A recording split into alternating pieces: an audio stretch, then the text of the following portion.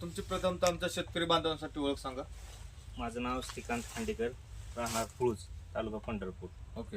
हा जो केळीचा प्लॉट आहे हा तुमचा, तो किती एकराचा प्लॉट आहे? 2 एकराचा प्लॉट आहे. लागण कोणत्या महिन्यात झाली होती? नोव्हेंबर मध्ये लागण झाली. नोव्हेंबर मध्ये लागण तुमची झाली होती. पण ह्या प्लॉट साठी तुम्ही आमचं आधुनिक जर्मन तंत्रज्ञान वापरलेलं आहे. यामध्ये तुम्ही किपॉन आहे, सॉइलमेट प्रो आहे, त्यानंतर तुम्ही प्रोलाइप आहे, स्प्रेडो आहे, ही टेक्नॉलॉजी तुम्ही वापरली होती. तरी कोणत्या स्टेजला तुम्ही वापरली होती टेक्नॉलॉजी?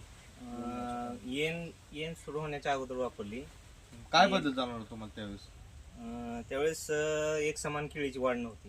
हा. आणि बुंदा पण लहान होता आणि मुळी चालत नव्हती. आता काय जाणवते तुम्हाला? आता मुळी पूर्ण चालते. म्हणजे आपण व्हिडिओच्या माध्यमातून शेतकरी दाखवण्याचा प्रयत्न करूया की कशा पद्धतीने मुळी चालू होते. तर थोडं कॅमेरा जवळ घ्या तुम्ही, म्हणजे पूर्णपणे एकंदरीत तुम्हाला मातीमध्ये काय बदल जाणवला? तुम्हाला भुसभुशीतपणा कसा जाणवला? पूर्ण माती आता मोकळी झाली आणि पांढरी मुळी पूर्ण चालायला लागली.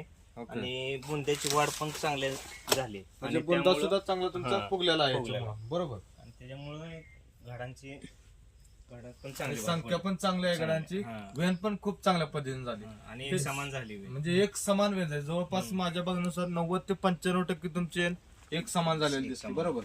एकंदरीत ही जी टेक्नॉलॉजी आहे ती वापरून तुम्ही समाधानी आहात का?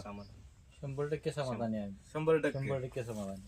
कारण मुळी ज्यावेळेस चेकअप झाली, नियन चालू झाली, त्यामुळे आणि लेंगरे सर पहिल्यांदा इथं बागत आले का, त्या टायमाला आमची मुळी काळी पडली होती, बुरशी चालली होती. आणि ह्याने म्हणले किपॉन आमचं वापरून बघा. किपॉन वापरून बघा म्हणल्यानंतर परत आम्ही वापरलं. 4 दिवसानंतर ह्याला तर सगळे पूर्ण बागेतनं पांढरी मुळी झाली. म्हणजे पूर्ण म्हणजे हे सगळं गॅप भरून निघला होता. ओके. तुम्ही अजून एक पाट आता मला बोलता सांगितलं की तुमचा खाली एक प्लॉट आहे. खाली एक प्लॉट. त्यात काय बदल त्यात असा सगळा चढ उतार 3 टप्पे झाले. त्यात लागण तर समानच किती, त्यासोबत 3 टप्पे झाले. आता जर बाग बघितली तर पूर्ण एक लेवलला बाग आहे.